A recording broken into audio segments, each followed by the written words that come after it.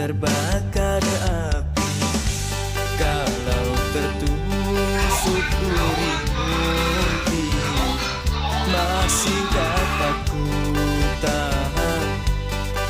Tapi ini sakit lebih sakit, kecewa. Apa nih? Kabinet Juanda. Apaan tuh? Kayak nama bandara ya? Jangankan diriku, semut pun kan marah bila terlalu sakit begini. Daripada sakit hati, Ya gak tahu lebih sih. baik sakit gini. Memang apaan? Biar tak mengapa, rela aku relakan. Kabinet era Soekarno. Emang ada ya?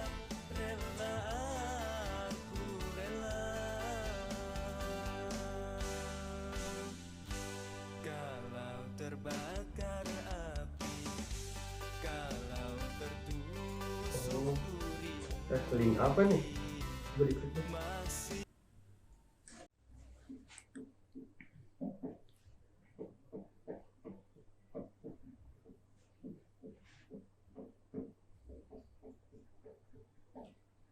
Kalian tahu ini apa?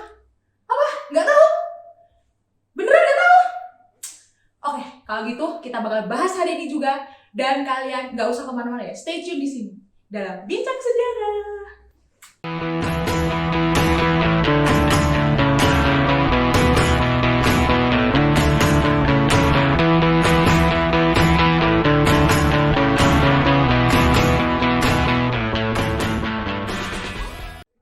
Halo guys, selamat pagi, siang, sore, dan malam. Balik lagi di channel Bincang Sejarah. Nah, bagi kalian yang belum kenal ya sama channel ini, kenalin, aku di sini Rahma yang akan menjadi teman bincang kalian semua guys. Nah, pada hari ini kita mau bahas sesuatu yang menarik nih tentang politik ya. Nah, kita di sini akan bahas dinamika perpolitikan di Indonesia dan hari ini kita mau fokus nih pada periode waktu tahun 1950 sampai tahun 1959. Nah, seperti yang teman-teman udah tahu, di kurun waktu tersebut itu terdapat 7 kabinet yang berhasil menduduki kepemimpinan di Indonesia sendiri. Yaitu ada kabinet Natsir, ada kabinet Sukiman, ada juga kabinet Bilopo, ada juga kabinet Ali Sastroamidjojo I, kemudian digantikan oleh kabinet Burhanuddin Harahap. Selanjutnya adalah kabinet Ali Sastroamidjojo II, dan yang terakhir adalah kabinet Juanda. Nah, untuk kali ini kita mau fokus pada satu kabinet, yaitu kabinet Juanda. Kabinet ini menjadi menarik karena setelah kabinet ini maka demokrasi liberal di Indonesia resmi berakhir begitu. Nah guys, di sini aku nggak mau sendirian ya untuk berbicara sama kalian nih, untuk berbincang dengan kalian. Kami sudah mengundang nih, ada 2 narasumber kita yang akan menemani kita bincang-bincang bareng pada kesempatan kali ini. Yuk kita panggil yuk. Silakan Mbak dan Mas narasumber, silakan. Halo, selamat pagi. Selamat pagi. Iya, halo. Silakan duduk dulu. Nah guys, ini dari teman bincang kita pada kesempatan pagi ini. Bisa kenalan dulu Mbaknya sama Masnya. Teman-teman, kenalin, nama aku Nur Aida Fauzia, biasa dipanggil Aida atau Ida, dari Pendidikan Sejarah 2019. Oke, selanjutnya Oh ya, teman-teman, perkenalkan nama aku Victor Antonio, aku dari Pendidikan Sejarah Angkatan 2019, kalau di kampus biasa dipanggil Victor. oke, ada Mbak Ida sama Mas Victor ya? Oke, Oh iya, ini kayaknya berdua ini satu prodi ya kayaknya. betul Mbak. Betul, Mbak. Satu Satu kelas. prodi. Oh, satu kelas Satu kelas juga. Iya. Satu hati enggak ini? Enggak dong. Ya udah. Oh iya, udah dia punya Mbak Ida, ya Allah maaf ya. Oh udah ya Allah. Punyanya Allah. Oh iya Allah. Oke. Ya, ya. Nggak apa-apa, oke. Kali ini kita bincang-bincang sana aja ya, Mbak, sama teman bincang kita di layar ya. Sapa hai dulu dong. Halo Halo teman-teman. teman-teman, selamat Oke. pagi. Ya. Nah, hari ini kita mau membahas satu isu yang sangat menarik nih, Mbak, tentang kabinet Juanda. Nah, mungkin dari Mbak sama Masnya mungkin bisa cerita dulu nih tentang gambaran umum dari Kabinet Juanda itu sendiri. Masnya, silakan. Oke, mungkin dari saya yang mengawali ya. Jadi Kabinet Juanda itu sendiri adalah salah satu kabinet yang memimpin ya, tepatnya yang terakhir pada masa demokrasi parlementer atau liberal di Indonesia. Kabinet Juanda ini sendiri memimpin atau memerintah sejak tahun 1957 sampai tahun 1959, yang mana ketika berakhirnya Kabinet Juanda ini itu sekaligus mengakhiri masa pemerintahan parlementer di Indonesia pada saat itu. Oke, dan itu ya Mas ya, kalau dilihat-lihat ya Kabinet Juanda itu kan sepertinya periode waktu itu agak lama ya, sekitar 3 tahun ya, daripada kabinet-kabinet yang lain kan paling cuma 1 tahun begitu. Nah itu kira-kira ada alasan tersendiri nggak ya? Pastinya ada Ya. untuk ini. Jadi mengenai Kabinet Juanda sendiri itu memiliki suatu program yang disebut sebagai program Pancakarya, yang mana program ini menjadi istilahnya sebagai langkah perubahan bagi Indonesia pada saat itu. Nah untuk program kita bisa bahas nanti ya Mas. Sekarang kita mau kenalan dulu nih sama istilahnya kayak bapaknya kabinet itu lah ya. Kan kalau yang kita tahu kan dari demokrasi liberal itu ya teman-teman. Itu kan nama-nama kabinet itu berdasarkan pemimpin paling atas ya. Nah kali ini kita Kabinet Juanda, maka yang memimpin adalah ada Bapak Insinyur Juanda gitu. Mungkin kita bisa kenalan dulu. Mbak Ida kenal sama Bapak Juanda? Enggak dong Mbak. Lagi lain kenal. Masa kenal Mbak. Siapa tahu kan? Suatu kehormatan kalau kenal Mbak. Mungkin Mbaknya sekarang bukan Mbak mungkin ya kalau udah kenal ya. Oke, bisa mungkin tapi Mbaknya tahu kan ya cerita tentang Bapak Juanda itu sedikit cerita Sedikit saja. mengenai mungkin masa kecilnya atau mungkin pas sekolahnya begitu. Silakan coba bisa ceritakan sedikit Mbak tentang Oke. Bapak Juanda. Dari Insinyur Juanda sendiri mempunyai nama kecil Juanda Kartawijaya Iya, ya betul. Mas, lahir Namanya di Juanda tanah Kartawijaya. Pasundan, tepatnya di kota Tasikmalaya, Tasikmalaya. Tasikmalaya, Jawa Barat. Ah, Beliau lahir dari sepasang suami istri yang ayahnya bekerja sebagai seorang guru, tetapi ibunya bekerja sebagai ibu rumah tangga. Sejak kecil, ia termasuk anak pendiam. Nah, beliau ini terlihat sikap pendiamnya dari saat masuk sekolah dasar, yang saat itu masih bernama KIS. Kemudian berlanjut kemudian SMP, SMA, dan kuliah bertempat di yang sekarang kita kenal dengan ITB Mbak, di Bandung. Berarti anak ITB. Iya betul, anak teknik gitu Anak lah. teknik boleh. Kemudian, nah dari di universitas ini, waktu masa kuliah ini beliau mulai mengikuti organisasi, mengikuti kayak bincang-bincang pemuda lah pada masa itu, hingga akhirnya timbullah sikap nasionalisme dalam diri Dr. Insinyur Juanda ya Mas ya. Yang saya baca itu Insinyur Juanda sangat mengidolakan Insinyur Soekarno Mbak, dan pernah menjadi satu organisasi sama Insinyur Soekarno. Wow, gitu ya. Jadi seperti bercita-cita bercita-cita sama dengan idola gitu lah ibaratnya. Keren ya, Wei? Bener sekali. Nah kemudian dari situlah sepak terjang dia di dunia politik Indonesia itu dimulai dari direktur KAI. KAI Benar waktu sekali. pertama dia mengawali karir sebagai direktur PT KAI. Nah kemudian itu dari situ mulai masuk ke pemerintahan itu semenjak ia bekerja sebagai menteri-menteri di tiap kabinet. Betul ya Mas ya? Menjadi menteri, staf menteri. Staf menteri di setiap kabinet. Kan tadi ada 7 kabinet Iya. nih. Nah di setiap kabinet beliau itu menjabat. Hingga Iya, akhirnya dia prestasi politik dia yang paling tertinggi, status politik dia tertinggi yaitu sebagai tadi ketua kabinet Juanda. Gitu ya. Berarti memang kisahnya tuh nih ya teman-teman ya, kita bisa mengambil petik sedikit dulu ya. Jadi ini tadi kan Bapak Juanda ini istilahnya kalau anak muda zaman sekarang bilangnya introvert gitu ya, Pak ya. Zaman kecilnya tuh introvert gitu ya. Kan pendiam kan. Tapi setelah kemudian Bapak Juanda ini menjajal hal baru dan akhirnya sampai di puncak tertinggi karirnya itu menjadi pemimpin kabinet ya, Pak. Iya betul sekali. Oke, mungkin bisa cerita sedikit nih tentang bagaimana kok Bapak Juanda ini yang memang dari awal memang sudah jadi menteri-menteri ya. Nah, tapi kok bisa nih kok tiba-tiba dijadikan pemimpin di kabinet Juanda itu sendiri gitu. Mungkin dari Masnya bisa cerita. Mungkin dari saya mengawali sedikit ya. Jadi Bapak Insinyur Juanda ini sendiri ketika diamanai oleh Presiden sebagai pemimpin kabinet, beliau mencanangkan 5 program pembangunan bagi Indonesia. Yang pertama itu adalah membentuk Dewan Nasional Tapi sebelum itu dikenal dengan nama Pancakarya. Ya, Betul. nama-nama programnya Pancakarya 5 nih. Ada Nah, dan karya itu sebagai bentuk hasil dari program itu. Oh gitu. Jadi ada 5 gebrakan utama Iya, ya. benar sekali. Nah sebelum itu dulu Mbak, Mas, sebelum itu mungkin ada masalah kan di kabinet sebelumnya kan kabinet Alisa Selamijo 2 kalau nggak salah. Nah itu aku mungkin ada masalah gitu. Akhirnya Bapak Juanda udah deh ditunjuk aja Bapak Juanda jadi pemimpin kabinet selanjutnya begitu. Mungkin ada. Oh ya, gini Mbak Rahma. Ya. Jadi waktu masa kepemimpinan kabinet Ali Sastroamidjojo yang kedua itu ada salah satu peristiwa pemberontakan yaitu pemberontakan PRRI Permesta. Oh ya. Yang mana pemberontakan itu kan menyebar luas di seluruh Indonesia. Jadi ketika kabinet Ali Sastro ini masih berkuasa atau masih menjabat itu belum berhasil untuk memadamkan pemberontakan tersebut. Jadi oleh presiden dan juga menteri yang lain dan juga rakyat tentunya dianggap tidak lagi dalam tanda kutip tidak kompeten ya. Baik. Jadi mereka menunjuk penggantinya yaitu Bapak Insinyur Juanda. Oh berarti begitu ya, mungkin karena ada gejolak nih di kabinet sebelumnya dan akhirnya diganti Bapak Juanda, kayaknya bapaknya kompeten deh, langsung ditunjuk jadi pemimpin kabinet baru begitu ya. Betul sekali. Oke, nah mungkin yang tentang Pancakarya tentang sekarang tentang program-program atau kebijakan nih yang dikeluarkan Bapak Juanda tadi pada saat kepemimpinannya. Tadi kan sudah disebutin ya Pancakarya ya. Itu mungkin bisa disebutin inti-intinya aja Mas coba di dalam begitu.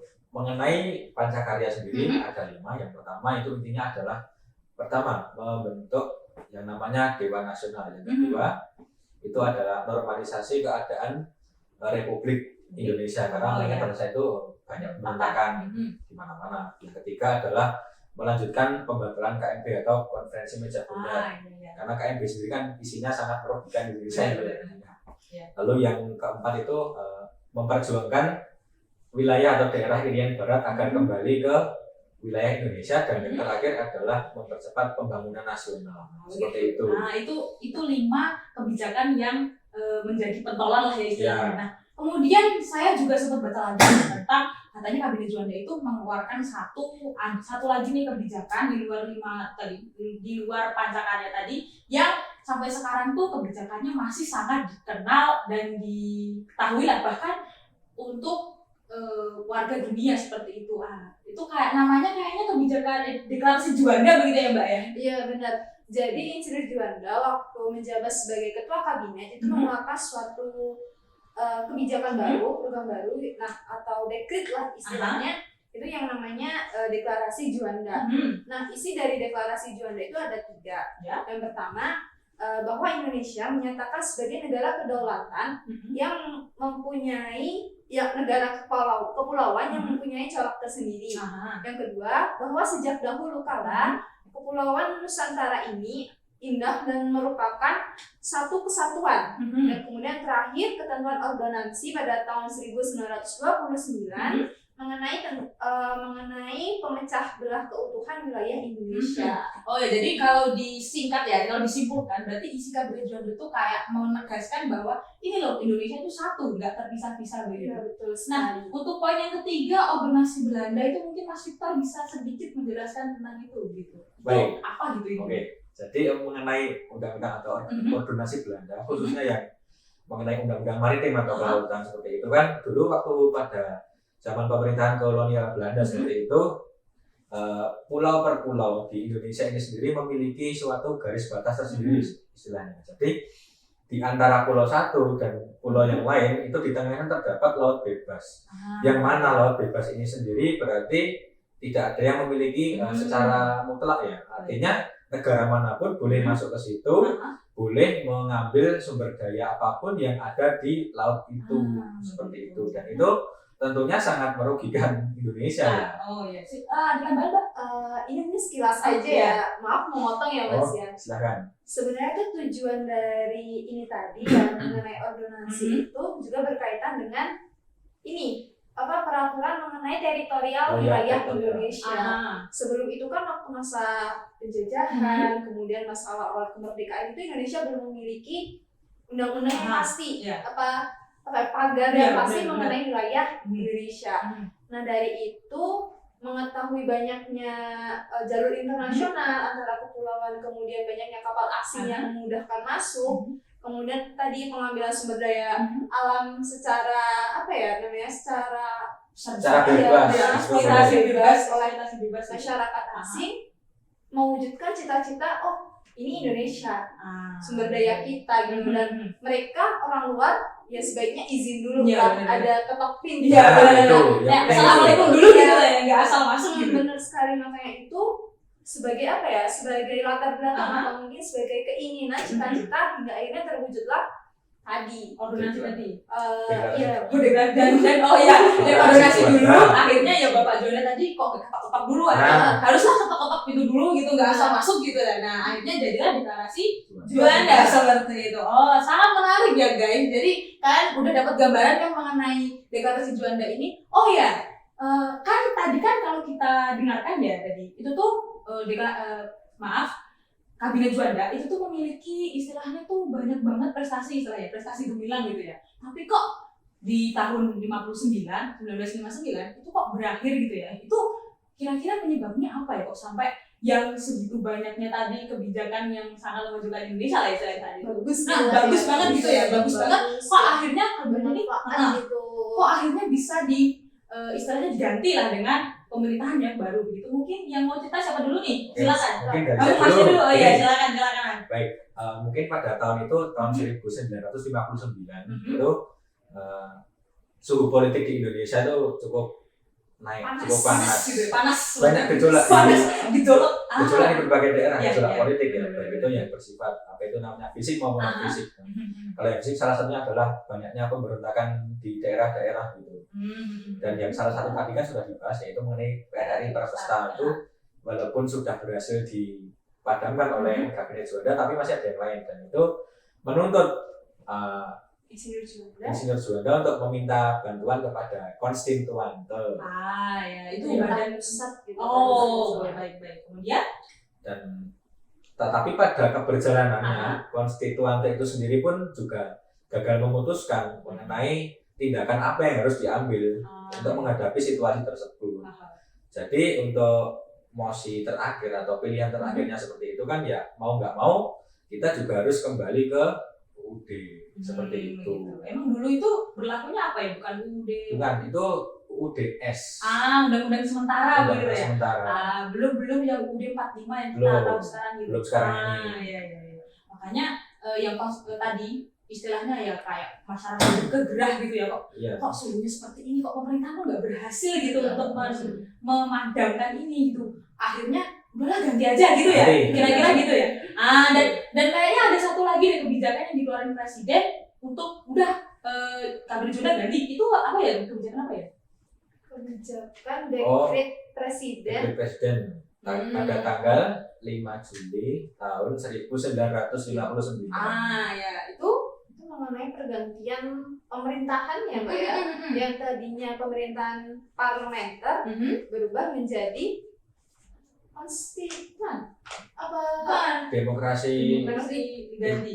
terpimpin. Jadi dari yang tadi diberi kebebasan kan, karena kok kayaknya kalau kebebasan nggak bisa mengatur, akhirnya udahlah tak pimpin lagi aja gitu. Seperti itu. Kayak kira-kira gitu ya. Kira-kira seperti itu. Dan isi dari dekretnya itu mungkin Masnya bisa menyebutkan. Oke, jadi untuk dekret Presiden 5 Juli tahun 59 itu isinya ada 3. Yang pertama adalah pembubaran konstituante. Yang kedua itu tidak berlakunya lagi UUDS atau Undang-Undang Dasar Sementara dan berlakunya kembali Undang-Undang Dasar 1945. Dan yang ketiga dan terakhir itu pembentukan MPRS yang terdiri dari anggota anggota DPR maksud saya seperti itu, ditambah wakil-wakil dari daerah dan juga golongan fungsional. Gitu ya. Berarti munculnya kebijakan ini akhirnya menandakan pembubaran menandakan pembubaran dari Kabinet Juanda itu sendiri. Nah, kira-kira seperti itu guys cerita dari Kabinet Juanda ini. Nah, mungkin kita bisa ambil sedikit kesimpulan ya bahwa Kabinet Juanda itu merupakan salah satu kabinet di demokrasi liberal, mohon maaf belibet ya, saya jadi agak salting gitu, ada Mas Mbak dan Mas yang Mbak yang cantik dan Mas ganteng di sini, jadi agak gimana gitu, mohon maaf. Nah, kabinet ini merupakan kabinet terakhir ya yang menandai, setelah kabinet ini berakhir itu menandai berakhirnya demokrasi liberal ya, dan digantikan oleh demokrasi terpimpin. Nah, pada kabinet ini tuh memunculkan banyak kebijakan-kebijakan yang sangat bermanfaat ya untuk Indonesia, sangat memiliki impact positif gitu. Tadi ada Pancakarya ya Mas ya, dan Mbak ya. Iya betul. Kemudian juga ada tentang Deklarasi Juanda yang menegaskan wilayah Indonesia. Ini loh, wilayah Indonesia tuh ini, yang maritimnya itu ya ini gitu. Enggak, dulu kan memang lautnya sendiri-sendiri gitu ya, dan akhirnya bisa jadi satu. Lautnya dulu bebas dan akhirnya bisa jadi satu, ini Indonesia. Jadi kamu kalau mau datang ke sini ya harus ketok-ketok dulu istilahnya gitu ya. Assalamualaikum dulu gitu ya. Oke. Nah, guys, ternyata menarik banget ya pembahasan kita hari ini. Saya di sini mau berakhir nggak ya nih kira-kira teman-teman nih? Mbaknya masih ada acara ya nanti hari ini ya? Iya Mbak, maaf sekali ya. Dulu mohon maaf ya. Mohon maaf guys, Mbak sama Masnya padahal mau tak ajak bicara yang lain gitu, tapi ternyata mereka masih banyak kesempatan. Iya, masih bisa bincang-bincang lagi atau mungkin di luar kamera gitu. Baik. Tapi nanti kalau ada teman-teman yang mau bertanya bisa banget kan nanti bertanya ya Mbaknya. Mungkin bisa melalui channel YouTube Mbaknya. Boleh banget ya guys. Silakan. Kalau mau tanya silakan ya guys. Ketik di komen juga boleh. Nah, Mas, makasih banget loh Mas udah dipasarin gitu ya. Enggak apa-apa kok. Gitu ya guys, kalau ada yang mau tanya silahkan ketik pertanyaan kalian di kolom komentar dan nanti pasti akan kami jawab begitu ya. Demikianlah episode Bincang Sejarah pada hari ini. Paham sekarang? Paham dong, masa enggak? Sampai bertemu di episode selanjutnya. See you. Dadah. Jangan lupa like, komen, dan subscribe ya guys yang banyak. Halo guys, oke. Sekian presentasi video dari kelompok kami. Nah, kelompok kami tadi membahas tentang kabinet Juanda. Nah, kelompok kami itu beranggotakan 6 orang. Yang pertama, saya sendiri, Yeski Lyuda. Saya di sini selaku kameramen dan ketua kelompok 4. Kemudian next kita masuk ke belakang, ada siapa? Ada Mila, halo Mila. Halo. Oke, next satu lagi. Ada Ridwan, halo Ridwan. Nah, ini ada Ridwan. Kemudian set. Mbak Rahma. Halo. Kemudian satu lagi di sini. Halo, Mbak Ida. Hai. Dan yang terakhir dari kelompok kami yang paling tampan. Halo Mas Iko. Halo. Nah, itu tadi merupakan anggota dari kelompok 4 SIB. Terima kasih sudah menyaksikan video kami. Semoga video kami bermanfaat dan memberikan sebuah pencerahan bagi teman-teman yang mau mempelajari tentang Kabinet Juanda. Sekian dari kami, sampai jumpa di video selanjutnya. Dadah!